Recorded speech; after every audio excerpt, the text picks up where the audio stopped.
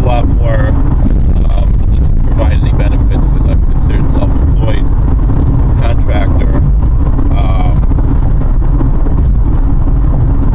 And I just accept things as they are. It pays a lot more per hour, but doesn't give me a lot of hours. I really love my work. But let's go back to the beginning for anyone watching this. I was listening to the Glenn Beck show, and like I said, usually at a certain point in my trip, I lose the reception because I'm going from upstate New York, where first I get a station from Pennsylvania, then I get a station from upstate New York, a bit south from me, and then when I get closer to New York City, there's no stations that run Glenn Beck. I try to listen to it on the phone, on a through Bluetooth, and it's much clearer than the radio. But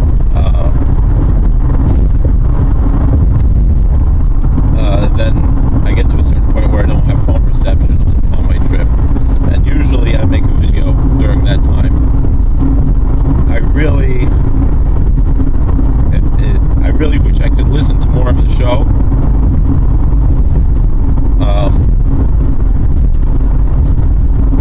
If Mr. Beck, if you're watching this, because you asked today, for those who aren't listening to the show this morning, Mr. Beck asked to hear from his viewers. It wasn't worthwhile for me to call on the phone. He said to leave something on Facebook. It's a lot easier for me to just make a video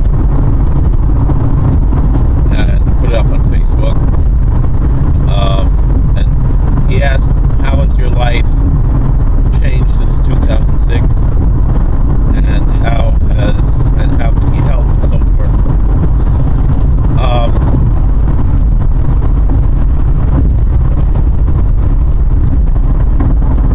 I just wanted to preface this with words of gratitude.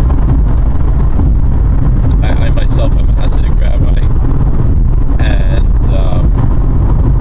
the attitude of gratitude is central in my tradition.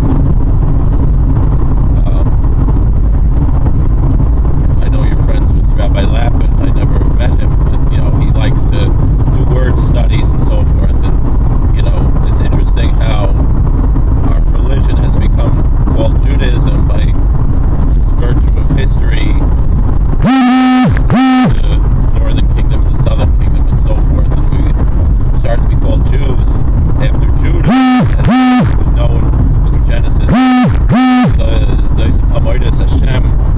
When Leah gave birth to Yehuda, to Judah, she said she called him Judah because this time I will thank the Lord, I will praise the Lord, and so we're called Jews. That means we're the thankers.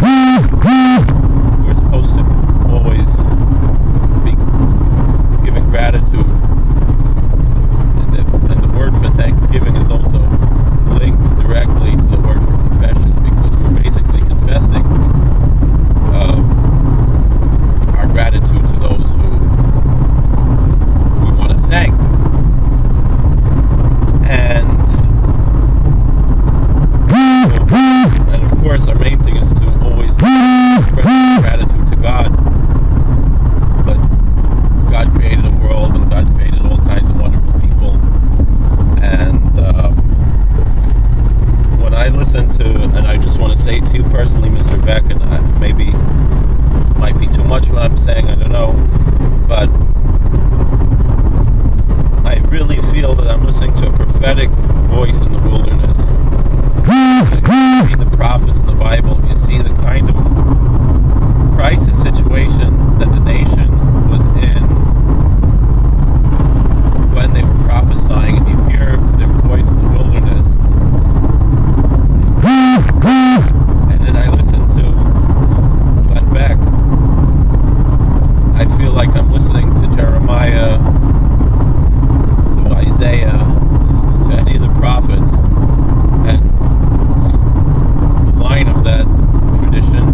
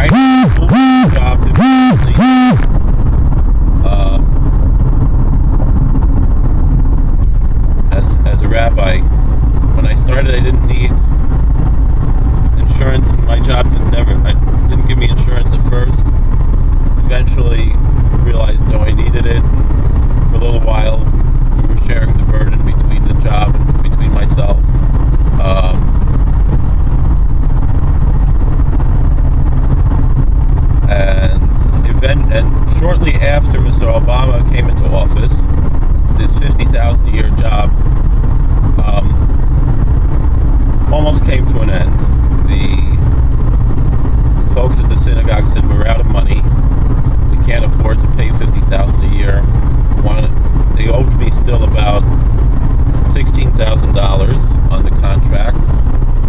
So I said, this is what we'll do. They offered me a severance package. I said, I don't have a job lined up yet, and I don't want to abandon you. I felt that what they were doing was important. Maybe that was a mistake of mine. Maybe I should have been looking for another job. I don't know, but I felt comfortable where I was. And so I said, I'll find another part-time job here, which I did. It was a wonderful, perfect job for me. I found it. I had a contract as a federal prison chaplain. And I told the synagogue, and my rent was very low there in Richmond, Virginia. That's where I had this position. So I said, just pay my rent a little more. If you pay me, instead of $4,000 a month, you pay me $1,000 a month, and we'll try to get by. We had to get onto food stamps and Medicaid. Our family, we already had a child at the time, and so we tried our best to eventually they wanted to get rid of me there, so I left. Tried to start my own synagogue. A few people said, we could help you with paying your rent, and we'll start our own synagogue. And we tried that for a little while, and I had my other position as the chaplain once a week in the federal prison, and I was very happy. Things changed. The federal government didn't have the a couple $100s a week, I guess, to pay for a rabbi there at the prison. My contract was canceled. So I was under the impression it was a 5-year contract, so I moved back home to upstate New York, looked for a job, and tried to look for somewhere to live near the synagogue I grew up in. Did all kinds of little jobs here and there, teaching mostly, which I really was not cut out to teach children. Just I couldn't handle running a classroom, working in a pizza shop, working in the grocery store, here with a college degree, working minimum wage jobs, being on food stamps and Medicaid. Getting hired by and the local synagogue, they gave me a title as an assistant rabbi, so I could sign marriage licenses, and I made a business doing that. Not much, but something I enjoyed and made me happy, and made a little bit of money. Now I've got another job in a synagogue, but then that fell apart over politics, and also they weren't paying me very much, weren't even paying my rent. And they were all wealthy and successful people, and I was putting in a lot of work, and they just, I guess they didn't appreciate, I don't know, it really wasn't the type of place for me, but I had to do what I had to do. And some people questioned me why I took such a position, because it wasn't my type of synagogue. And I said, well, I'll make it that way. And I spoke to different rabbis who were older than me and wiser than me, even though people I didn't ask told me I was a heretic for working at that synagogue. But then I asked someone who was a lot stricter than them and said, no, I'm doing good work. That fell apart, but thank God I got another contract with the state hospital that I have now, which is really perfect for me. And even though I'm still considered under the poverty line for a family my size, but I'm very happy. It pays all the bills. I don't know where I'd be without Medicaid. Now I'm, come to a point where I got another part-time job, and I'm still under the threshold for my family size for all of the benefits I get, but I don't want to be on these benefits. I'd rather not be on them, but living in New York, I don't know how I could survive otherwise than having these programs. I'm coming close to making about $40,000, $45,000 a year, which is still under the threshold family size, and I'm scared to death. What if I make a little bit more money and I lose all of this, and to make up for the difference of what I'd have to make for making, for $50,000 a year, I'd have to make $80,000-$90,000 a year. I don't know how I'm going to do it, because there's just no jobs. I have to travel so far. It costs so much money just to get to work. I'm putting, mileage on a car. I tried to look for a house closer to where I work. I couldn't afford the rent. Even to be a half hour closer, and in a bigger community, and where maybe more, and I live in a very small community, and we struggle with just having, our minion, most of the year, except in the summer. It's mostly a seasonal community. But people help us out, and I'm very happy. I feel very comfortable. You ask, where do I feel comfortable? Even though I feel comfortable among my patients, I feel comfortable in my synagogue. But then once a year we go on a little vacation. Doesn't cost that much. We go to like a monster movie convention, and it's just so magical. We just came back from there, and it's a very family-friendly event. And these old actors, they're signing autographs, people in their 90s, and makes them feel good to see that they still have people who remember them. But then, it teaches me a lesson, of the vanity of some of these things, and, these people who we thought, were so great, even though, they were famous when my parents were kids, but I would watch, old reruns on Nick at Night or things, and it's interesting to see that. It's a lesson. But then it's just magical to see people. You see all kinds of bumper stickers, left wing, right wing. Here I'm a rabbi, and there's a priest and a minister who come there, and we just feel like we're all together with our interest in old monster movies from the 30s, 40s, and 50s. It's just sharing a little bit about my life, and it's just a blessing that my wife and kids share this same interest. It's really wonderful. It's really a blessing. Even though, again, people in my community say, "How you're not supposed to watch movies? You're not supposed to. You're a sellout. You're a heretic." But I love my community. I love my traditions. I love my faith. But I also love to have fun with little fun things here and there. And I made videos discussing that. You asked, what could you do? I really wish your show was back on in New York City. They need to hear you in New York City. That's one thing. And the other thing is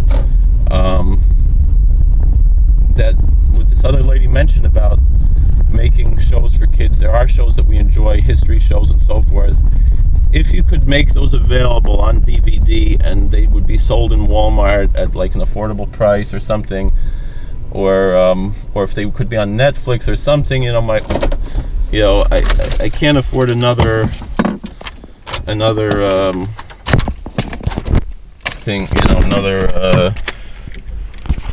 subscription. I don't have cable, but and also my wife won't let me subscribe to the. I'm a little bit more right wing, but somewhat libertarian. She's a little bit more left wing in certain things, and but